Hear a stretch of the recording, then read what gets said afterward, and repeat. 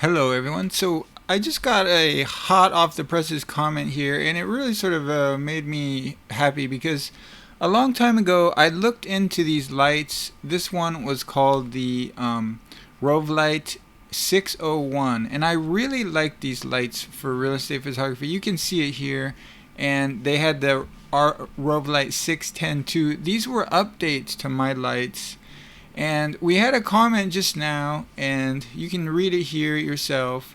By the way, we're getting a plug here for the new course. So he's saying he likes the new course. So I recommend this course. I recommend this course honestly for people that know what they're doing and have been photographing interiors for 10 years. I mean, you might get some really good ideas about how to.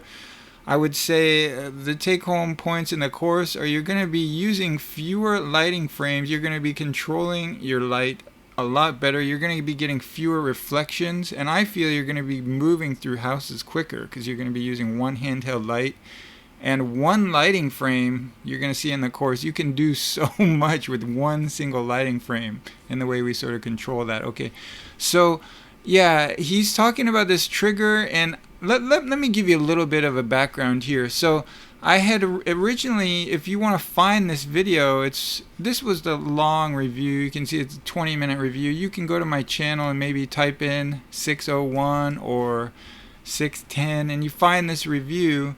And basically what I concluded in the review was, here I am, I'm way out. I mean, let me show you this just to give you a pictorial idea of how far away I was. Of course, something like this happens. Let me just refresh that or something. But I was so far away from the camera here, and what I was doing is I was testing the range of this light. Let's see if I can cue this up. All right. So let's just try that again. But anyway, I was getting really far away from this light and testing the built-in triggers there. And look at that. Those were the the camera was down here. Let me try. Why is this so hard? I mean, really. I always wonder, like, see, I'm down here and the trigger was still working. Anyway, I came up with this like 300 feet away, all right? That trigger was still working. I always wonder, don't you guys ever wonder, like, it's so hard to control this YouTube? Like, we're in the modern age, everything's supposedly tech, and, like, it's really hard to control a YouTube video. You guys ever think? Anyway, so you can check that review out, but the main take-home point of this review is the triggers are just absolutely so good. I mean, the distance, the range, and this could really come in handy for what I've had often is twilights when you're getting a little bit further away from the house. I know I've had that problem in the past where I'm just too far away from my camera for the twilights to be working properly because I'm inside of the house trying to do some lighting and my triggers just aren't making it. That would have been a really nice with this lighting system. And the triggers that it comes with, it has a built-in trigger, and then it comes with like a trigger like a Q6 or something. That's what I had at this time. All right, so it would have been great. I should have narrowed that all down to the light would have been great. But it turned out that you couldn't control this light from the light. Can you even believe that? And I even got in arguments about this with people. Like, you couldn't set the power on the light and have the light just stay at that power. It would always revert to the power the trigger said. And you know, like in this case, I'm 400 feet away from the trigger. I mean, how am I gonna get to the trigger? I'd have to set the power from the trigger. That's ridiculous for us, right? We're moving into the modern age. Photographers aren't standing next to their camera like they did 100 years ago for every shot, right? So I even emailed Flashpoint about this. I got into this huge thing with them, and they were like really weird about it, I thought. They got back to me and said, well, that's how it's supposed to work. And so anyway, this new trigger, what we've been told now is that it works. You can go into this menu and all, you know, you can pause the video here if you do end up buying this and just read it yourself. But you can get into there and get into menu 5 and then toggle that off. And it does what I was complaining about back then. It actually just triggers the flashes. So the whole problem I had with the flash, it sounds like it's taken care of with this trigger right here. Let's see if I got it up here. This one right here, which the one I had was a TRQ6, so it was a little not quite as updated. It's a pretty pricey, but if you do through the lens work, that should be okay. the other thing you could do if you were into this is just attach what I did, like a Yongnuo to your camera, and then attach a Yongnuo trigger, like a cheap trigger, to the light. But that's kind of a pain, and also you're not getting this unbelievable range like I was getting here. I mean, these triggers are great. If I buy that light, I wanted to be able to take care of them, take advantage of that that property.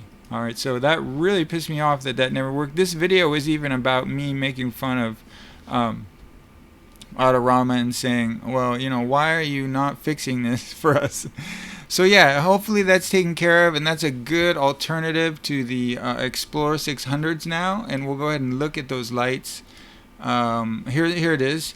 And so this one is the 601. This is the one I had, and this is actually, let me see this. This is actually more expensive right now than the supposedly more power. I think this one's a little bit more powerful, and it's through the lens. Okay, so I would definitely buy this right now, and then buy this trigger. So this is just another option, you know, for you guys who are doing lighting, that you want to have a lot of power in one handheld light. And it has this nice handle here. And just to sort of sum all that up again, I really liked everything about this light, except for the fact that the built-in trigger wasn't working well. If you buy this guy now, it sounds like it is working well for us in our application, so that should be good, as long as you get in there and make sure you set the menu as our commenter says right here, menu 5, toggle it off, the lightning bolt or whatever it is. Alright, so that's great news. Great news, a great light and a great option for people. It's nice. This might be a little bit lighter than those Explorer 600s. I'm not sure. You know, you might have to play around. Maybe you can have a shop next to you that has both of these. So if you really like this one a lot better, I would say go for that one now. You know, instead of having to monkey around with your triggers, alright? And put your own stuff on there, because you know you always want to use the trigger that's built into the light if you can. That's so nice, and especially if it's such a good trigger like this one has in there. Obviously, I mean, let me go back just so you, if you guys don't want to watch it, I'm way down there. Let's see if this is working now. My camera is up here on this hill up here, right up there. Like it turned out to be about 500 feet away. But at about 200 or 300 feet away, I think it was firing 100% of the time. I had my camera up there. So yeah, that was great. That was a real surprise to me how well that trigger was working. Okay, you can see here. Let me, because I might have been a little bit off in those numbers. Let me review this here. So it looks like it was working. Let's see if we can find it here. So that's talking yards. So I might have had yards mixed up with feet. So isn't that crazy? It was working out at 500 yards. Okay, guys? That is... It's about 500 yards. So 500 yards. I think I said feet in the video, so excuse me. I was just remembering it wrong. But you can see there, I was up here, I had my camera on this knoll, and you know, 5 football fields away, the thing was working.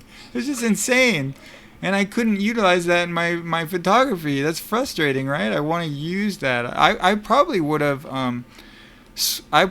kept this thing if that would have worked, and just sold my old Rovelights. But what I did was I kept my Rovelight 600Bs, the original Rovelights, and I sent these back.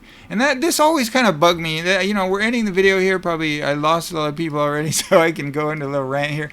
I mean, I think I could sell Adorama lights like hundreds a year. I mean, I know my YouTube channel isn't big, but I mean, I have a lot of dedicated subscribers, but they won't send me lights. That kind of pisses me off, you know. I don't know. Maybe it's, you know, maybe I should just just deal with it. My channel probably isn't big enough. That's probably the one thing they look at is subscribers. But I don't know. I just think that it's just, I don't know. This is frustrating because I want to get my hands on lights. I want to do better videos for you guys, but I don't know. It's just difficult to.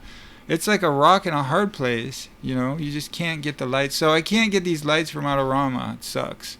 But yeah, I think they should send them to me. I mean, if they really looked into it, I think, you know, they'd realize that I could actually be pretty influential when it comes to these lights.